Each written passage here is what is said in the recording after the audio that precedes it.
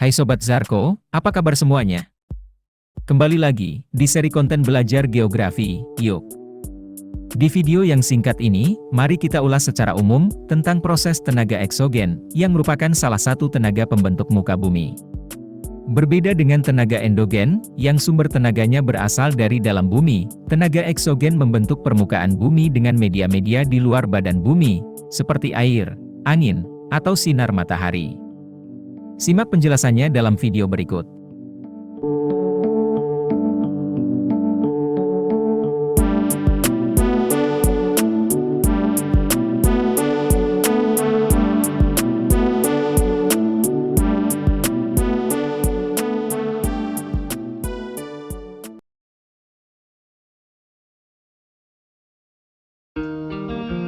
Tenaga eksogen adalah tenaga pembentuk muka bumi yang berasal dari luar badan bumi.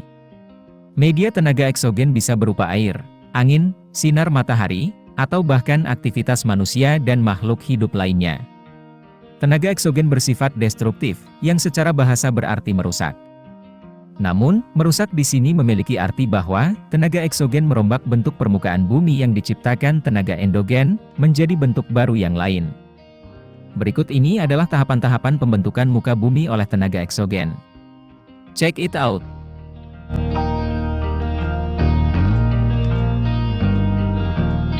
Tahap pertama, pelapukan dan erosi. Tahapan pertama tenaga eksogen adalah pelapukan dan erosi.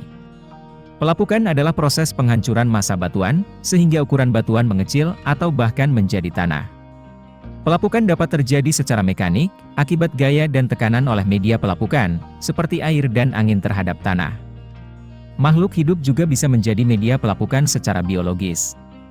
Jika pelapukan terjadi karena perubahan komposisi kimia batuan, maka pelapukan itu disebut pelarutan. Sedangkan erosi adalah proses pengikisan tanah dan batuan, yang kemudian dipindahkan ke tempat yang lain. Erosi pada batuan terjadi setelah proses pelapukan. Besar intensitas erosi dipengaruhi oleh 4 faktor, yaitu iklim, topografi, kondisi tanah, dan tutupan vegetasi.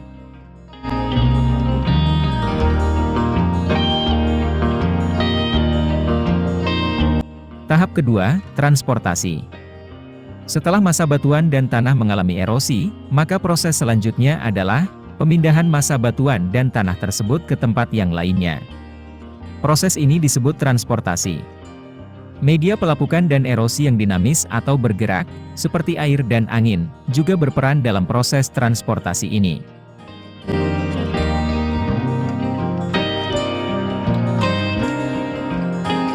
Tahap terakhir, pengendapan atau sedimentasi. Media transportasi tidak memindahkan massa batuan dan tanah selamanya.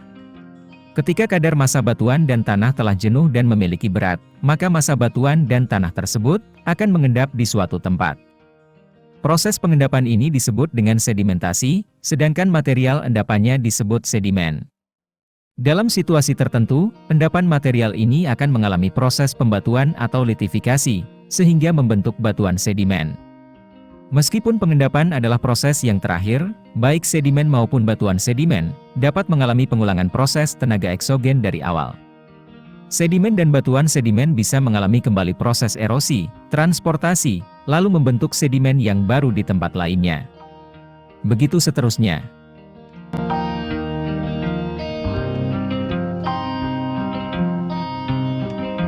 Itulah ulasan singkat tentang proses yang melibatkan tenaga eksogen. Berikan komentarmu di kolom komentar ya. Sampai jumpa di konten berikutnya. Bye.